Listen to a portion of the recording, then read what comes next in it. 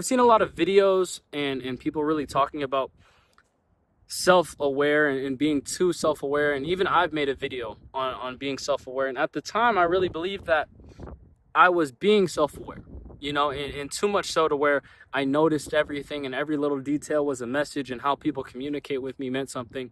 And although that might be true, seeing things on that deeper level, or for what most people kind of blow by, or not really notice, I think actually it is something that's very damaging, because you kind of tell yourself that I'm being too self aware, that you're being too self aware, when really I feel like it's kind of this form of self hatred.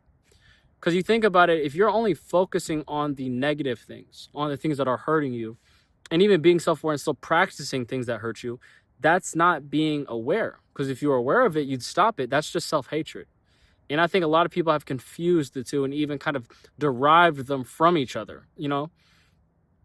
You're not self-aware, you're just practicing self-hatred. You're only focusing on the negative things in your life, and you kind of can't even compete when it comes to the good things. If you are focusing so much on these self-destructive tendencies and all of the flaws and insecurities you have, you are not going to feel better about anything. And that's not being self-aware. This is just masking it for having self-hatred, having this hate for yourself and kind of pushing yourself down. It kind of becomes more pessimistic than anything. How are you going to move on from these situations if you focus so much on the negative inside of it? And I think a lot of times when we are trying so hard to move on from these things, and we're saying, oh, we're too self-aware, there's not such thing as too self-aware. If you are self-aware enough to know that these things hurt you and that they aren't productive things that are going to help you become someone new in the future, why would you keep doing it? And I think a lot of times when we overanalyze those situations and can only pull out the bad things, we're not actually being aware of it. We're only focusing on the negative. We're practicing this kind of pessimistic mindset instead of focusing on everything involved with it, including the good, including the opportunities we have to grow, to actually change. And I think a lot of people say they're self-aware, and it could really hurt you, if you're not wanting more for yourself, or breaking this cycle. How are you going to be aware of anything?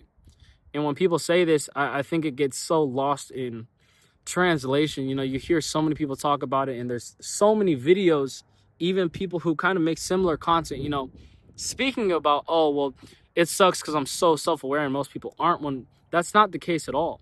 This doesn't mean you have to be oblivious to these things, but it doesn't mean that you're hurting yourself. Sometimes I think people do hurt themselves just to kind of feel comfort in that. They kind of build a home out of that sadness, and it becomes something that's so dangerous, especially when it comes to who you allow in your life, who you let have you, who you let, do these things. It can definitely say a lot more than you think it does. And so many people are so easy to kind of blow right by that.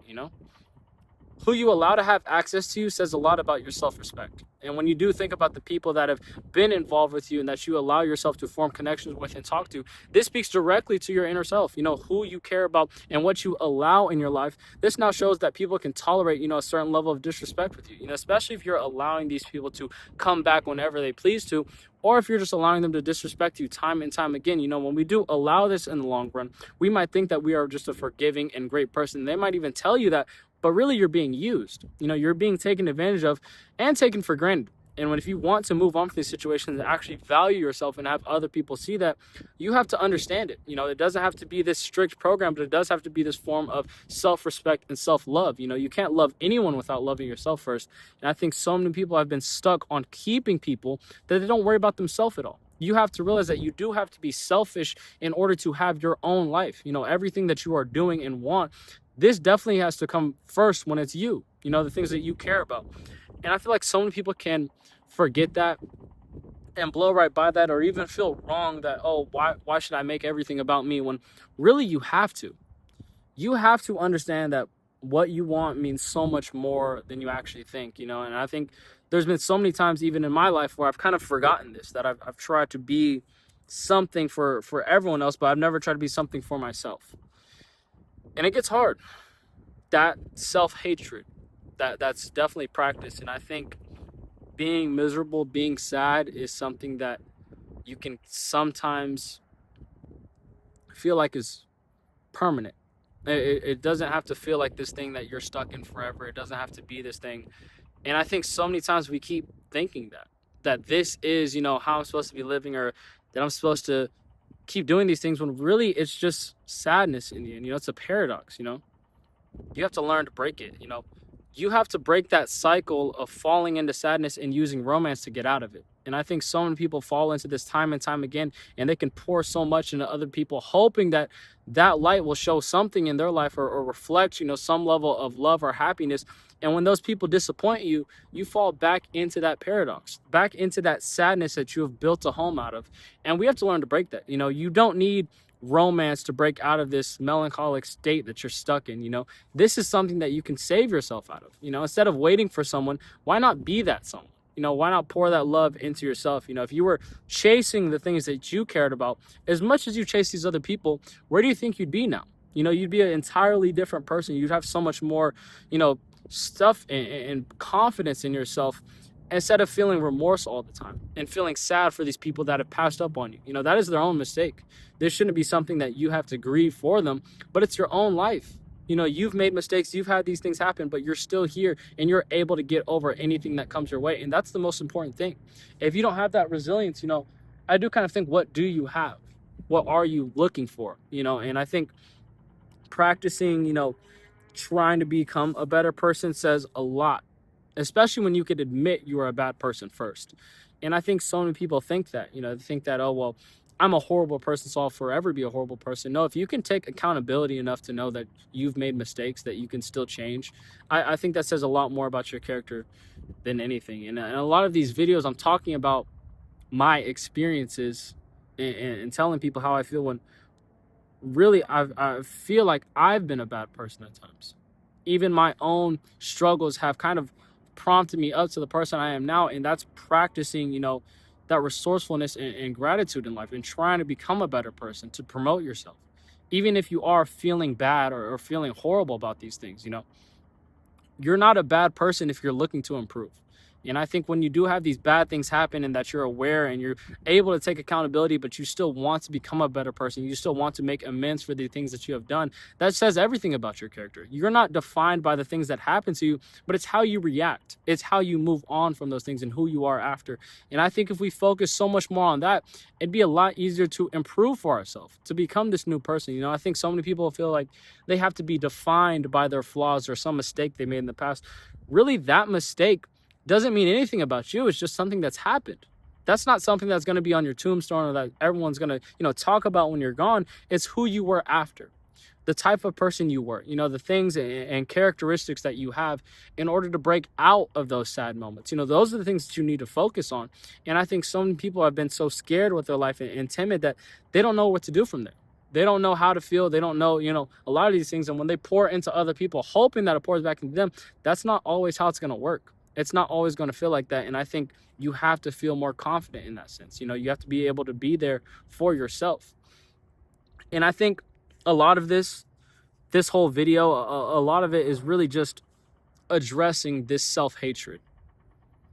Because I feel like that self-hatred is so much more prominent than some people think, because it's masked with this self-aware, or pushing myself, or putting so much goals on myself. And I think even when it comes to relationships, we can do this.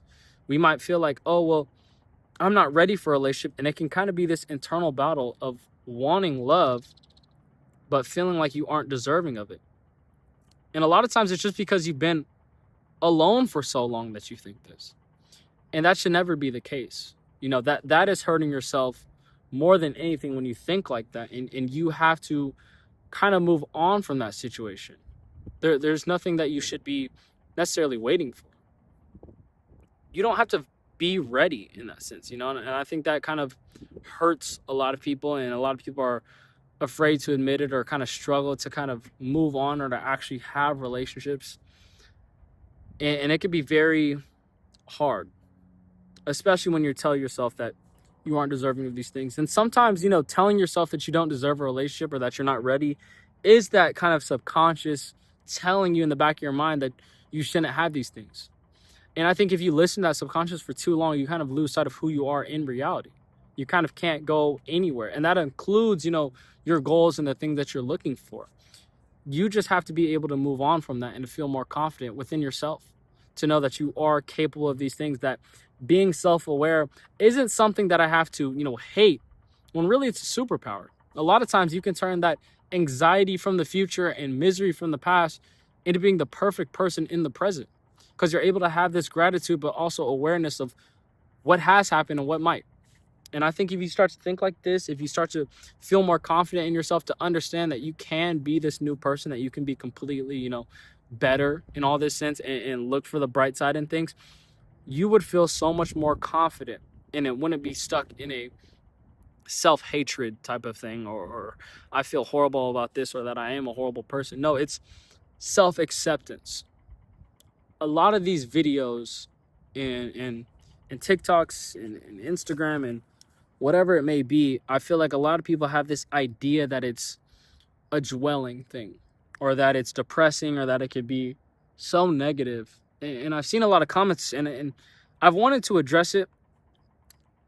And really, the whole point of this channel, and I feel like all of these videos, is self-acceptance.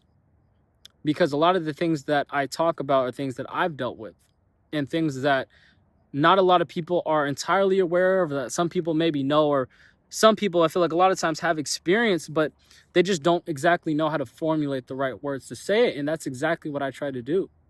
I try to kind of bring awareness to that, to understand it. And there's a lot of things that people will preach to, be aware about this, or do this, or speak up, and it could be hard, especially when you're feeling like a burden, or that not everyone can care, or that, not everyone looks at this. And I think some people even think that talking about these type of things can be this cry for help, or this kind of seeking of attention. And that's not it at all. I've made this not for people to feel horrible and to kind of have misery, but for people to actually accept themselves. It's not depression maxing. It's not being too self-aware that it hurts. It's self-acceptance. And I feel like we have to learn how to accept that if we want to become anything, if we want to move on, if we want to feel better about these situations. And that's exactly why I leave the videos uncut and unfiltered, and I don't want to do timestamps or give some crazy thumbnail or anything. It's raw and uncut, and that's exactly how I want people to perceive it, because that's life. It's not something you can just fix all the time, or things you can erase, or get rid of the blemish for anything. It's very real and authentic, and I want people to feel like that within themselves. And I think talking about it and promoting that for others is definitely the whole point of this, for people to feel more confident, and not only that, but comfortable when it comes to themselves. The whole point of this is that you don't have to pour so much focus and hatred onto yourself. You just have to accept these things and try to do better. And that's life. Life is really just a bunch of the right choices back to back to back. And I think if you make enough of those right choices, you can really become whoever you want. And we need that.